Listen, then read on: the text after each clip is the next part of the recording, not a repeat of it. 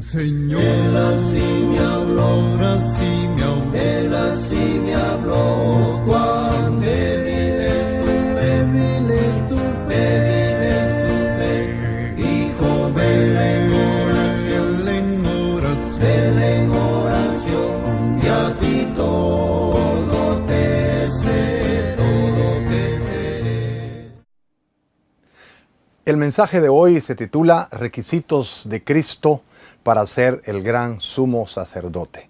Y el pasaje bíblico es Hebreos capítulo 5, versículos 1 hasta el verso 10. Empiezo diciendo, respetables televidentes, que Dios es perfecto, pero el hombre es pecaminoso. Dios está arriba, el hombre está hasta abajo. El hombre es imperfecto. Cuando digo el hombre me refiero al ser humano. El ser humano es un ser imperfecto porque él ha pecado contra Dios. Es pecador desde su nacimiento, desde que es engendrado en el vientre de la madre por el pecado heredado de nuestros primeros padres allá en el jardín del Edén. Entonces el hombre ha caído en una imperfección y esa imperfección le ha ganado la ira de Dios, y esa ira justa de Dios merece el castigo, y el castigo es un castigo eterno, horrible, el cual Dios no quiere para el ser humano. El hombre se ha labrado una enemistad en contra de Dios, y Dios no ha dejado de amarlo tampoco, por eso. Entonces Dios quiere salvarlo. Y ese es el gran tema de la Biblia, el gran plan de redención, de restauración del hombre. Dios quiere que el hombre vuelva a su estado original, como Él lo hizo antes de que pecara.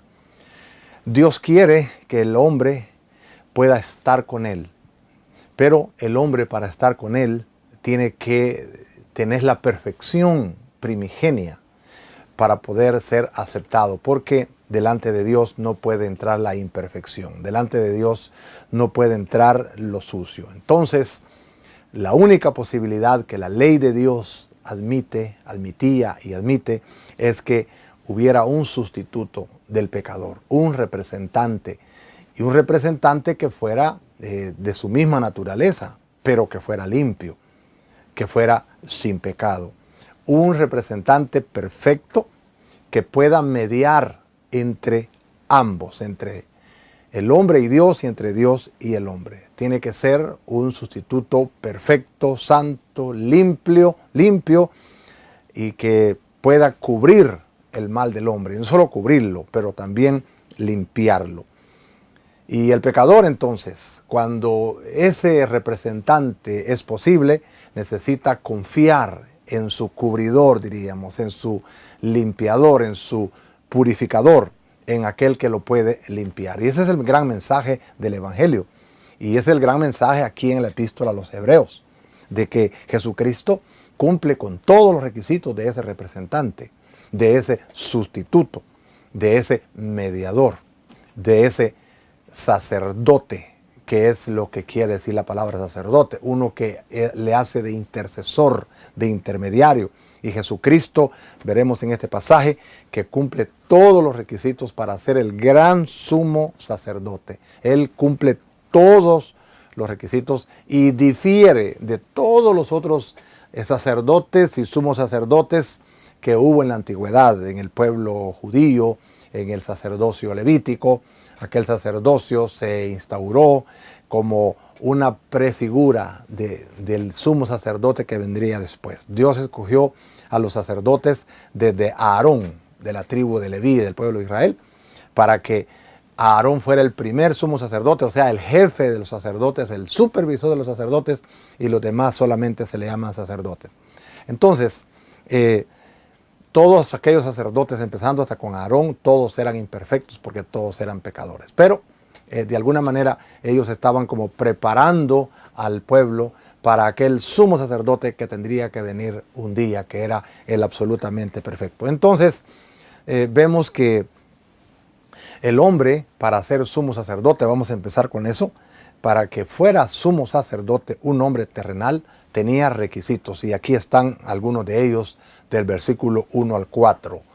Dice así el texto, los primeros 4 versículos: porque todo sumo sacerdote tomado de entre los hombres es constituido a favor de los hombres en lo que a Dios se refiere, para que presente ofrendas y sacrificios por los pecados, para que se muestre paciente con los ignorantes y extraviados, puesto que Él también está rodeado de debilidad, y por causa de ella, de esa debilidad, debe ofrecer por los pecados, tanto por sí mismo como también por el pueblo.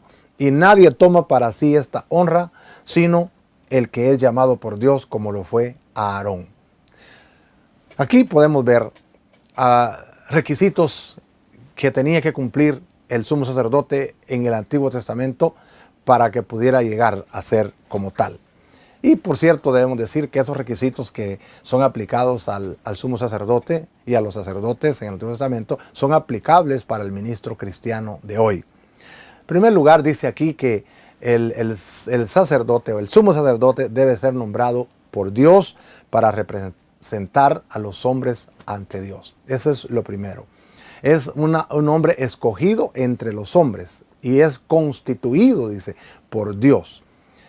Dios es el que guía a los hombres, es el que hace el llamado para que el humano pueda llegar a ejercer, o en este caso en el Antiguo Testamento, para que llegara a ofrecer sacrificios por el pueblo. No era que alguien decía, yo quiero ser sacerdote, o yo voy a estudiar para ser el sumo sacerdote, o a mí me gustaría ser... no, tenía que ser alguien ordenado y nombrado por Dios. Y así somos los ministros de Dios también. Dios nos escoge a nosotros para ser sus ministros. No somos ministros por usar el ministerio como un medio de sustento. Esto no es como un empleo. Esto no es como algo que yo hago una solicitud o que me voy a un seminario a estudiar para pastor. Eso es incorrecto. Decir fulano está estudiando para pastor, no. El pastor, el ministro de Dios es llamado por Dios, es ordenado por Dios, y los seminarios, las universidades, las escuelas teológicas le dan herramientas para que haga su trabajo. Segundo, dice que el sacerdote tenía que presentar ofrendas y sacrificios por los pecados. ¿Para qué? A fin de que Dios pudiera ser aplacado en su ira. Esa era la idea, de que el hombre pecaba, y cuando pecaba se sentía mal, entonces él confesaba sus pecados en la cabeza de un animal que era inocente, por cierto, y entonces después tenía que ser degollado el animal. Y el sacerdote le tocaba que presentar esos sacrificios delante de Dios. Dice también que el sumo sacerdote tenía que lidiar con los hombres de un modo compasivo. Tenía que ser compasivo. Para con aquellos, dice, que eran ignorantes, que pecaban porque no sabían que estaban pecando, o que eran culpables por esos pecados de ignorancia. Entonces, esas personas que se habían apartado de su camino, que se habían extraviado, entonces el sacerdote, el sumo sacerdote, tenía que lidiar con eso. Eso quiere decir que el sacerdote tenía que ser una persona altamente compasiva para poder calificar y así poder mediar, porque él mismo, dice aquí el pasaje, está rodeado de debilidad. En cuarto lugar, dice que el sacerdote debía presentar sacrificios por sus pecados propios. ¿Por qué razón? Porque él mismo también era pecador como todos los demás hombres, y él mismo estaba rodeado de debilidad y no tenía nada de qué preciarse de ser diferente que los demás. En segundo lugar, tenemos los requisitos para ser gran sumo sacerdote, que fueron cumplidos por Jesucristo de acuerdo a esa lista breve que he dado. Dice el versículo 5, así tampoco Cristo se glorificó a sí mismo haciéndose sumo sacerdote, sino el que le dijo, tú eres mi hijo, yo te he engendrado hoy. Como también dice en otro lugar, tú eres sacerdocio para siempre según el orden de Melquisedec. Y Cristo, en los días de su carne, ofreciendo ruegos y súplicas con gran clamor y lágrimas al que le podía librar de la muerte, fue oído a causa de su temor reverente. Y aunque era hijo, por lo que padeció, aprendió la obediencia. Y habiendo sido perfeccionado, vino a ser autor de eterna salvación para todos los que le obedecen, y fue declarado por Dios como sumo sacerdote según el orden de Melquisedec. Si ustedes se dan cuenta, vemos que los mismos requisitos para el sumo sacerdote en el Antiguo Testamento se enumeran aquí para Jesucristo, el Hijo de Dios, que sería el gran sumo sacerdote por excelencia. La diferencia entre los sacerdotes, el sumo sacerdote del Antiguo Testamento, con Cristo es que Cristo cumple todo esto de manera perfecta. El sacerdote del Antiguo Testamento no podía cumplir de manera perfecta. ¿Por qué? Porque solamente Jesucristo es el gran sumo sacerdote y que puede mediar en absoluta perfección delante de Dios. Dice aquí que Cristo fue engendrado como hombre. Eso de que fue engendrado quiere decir que tomó carne, que Dios lo hizo tomar carne por el poder del Espíritu Santo, dice el Nuevo Testamento en Mateo, San Mateo.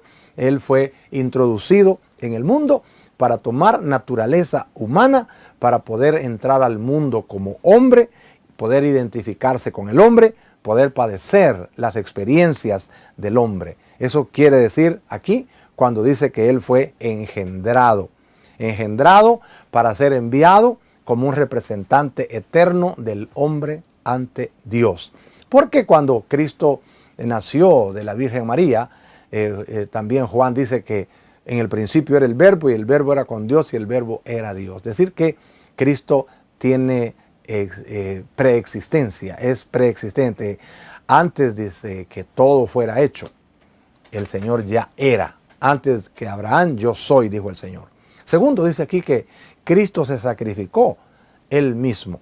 El sumo sacerdote llevaba sacrificios al lugar santísimo por el pueblo.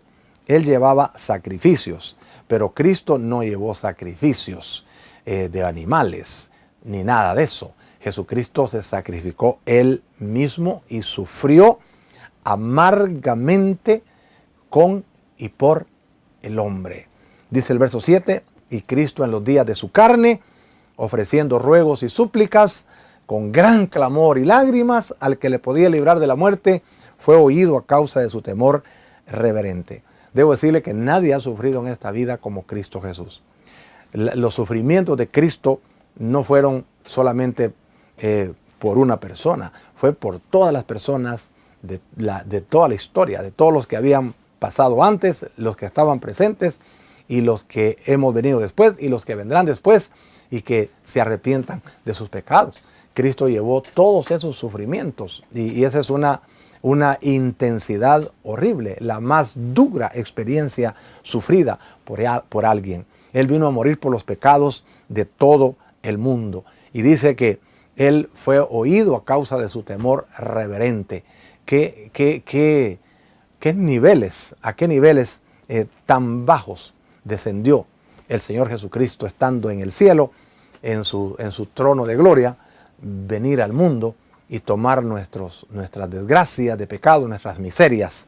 Y ese es el mensaje glorioso del Evangelio, que tenemos un Cristo, tenemos un Dios que se hizo carne en Cristo Jesús, tomó nuestra naturaleza y por esa razón es que dice que Él se puede compadecer de nosotros y que puede librarnos de la muerte, porque es el Señor Dios el que vino a la tierra como Dios hecho hombre para poder librarnos y ser nuestro representante eterno. Dice también que Cristo por voluntad propia se sacrificó y sufrió por el hombre. Dice que fue Él el que experimentó la obediencia al sufrir por el hombre, pero que fue Él el que puso su voluntad. Nadie lo obligó. Dice la palabra de Dios, dijo Cristo en la palabra de Dios, dice, a mí nadie me quita la vida. Yo la pongo y yo la vuelvo a tomar. En la cruz del Calvario, cuando Cristo murió, es interesante sus palabras, su oración. Cuando Él dijo, Padre, en tus manos encomiendo mi espíritu. Él entregó su vida hasta el último momento, hasta después de que dijo, consumado es, todo está cumplido. ¿Qué estaba cumplido? Todos sus oficios en favor de nosotros los pecadores.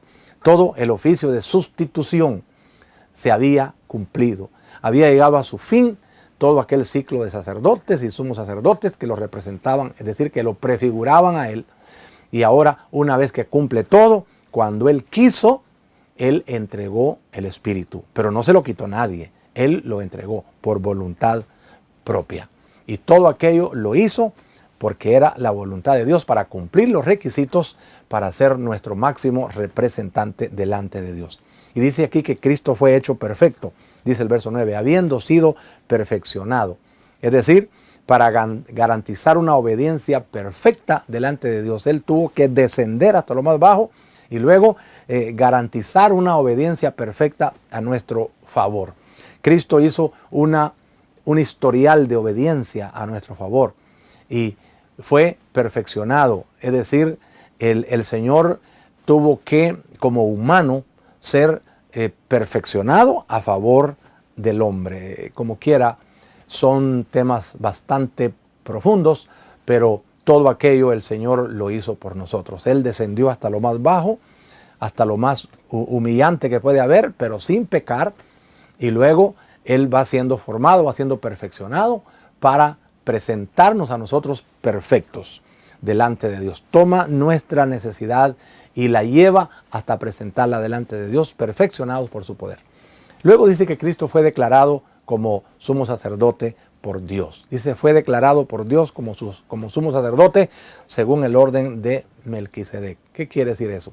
Que si todos los sumos sacerdotes tenían que venir de ascendencia de Aarón por la tribu de Leví, pues Cristo no vino de la tribu de Leví. Cristo vino de la tribu de Judá.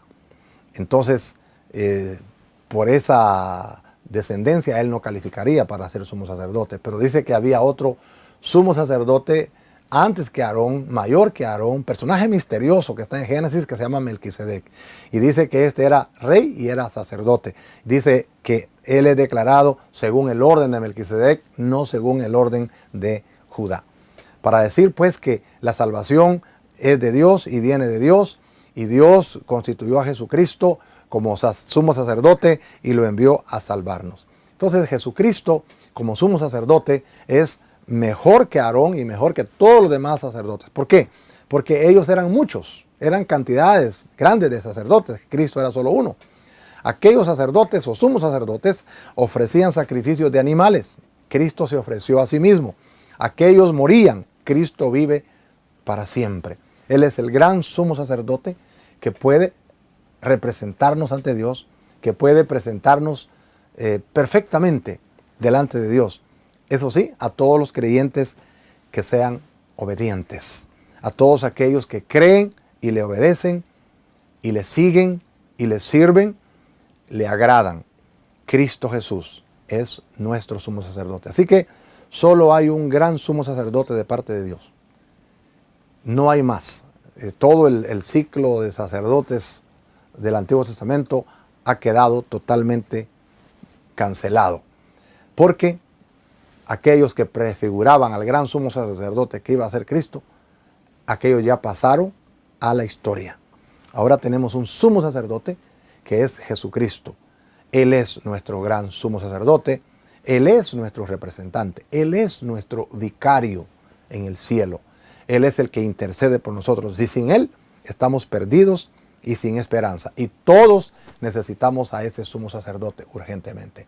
Dijo el apóstol Pablo, solo hay un Dios y solo hay un mediador entre Dios y los hombres, Jesucristo hombre. Dijo el apóstol Pedro, y en ningún otro hay salvación, porque no hay otro nombre debajo del cielo dado a los hombres en quien podamos ser salvos. Usted ya creyó en Jesucristo. Si usted no ha creído en Jesucristo, usted no puede llegar a Dios, porque no hay nada ni nadie que nos pueda perfeccionar. No hay nada ni nadie que nos pueda representar delante de Dios. Solamente aquel que Él mismo mandó, que Él mismo autorizó, como dijo Dios allá en el bautismo de Jesús en el río Jordán.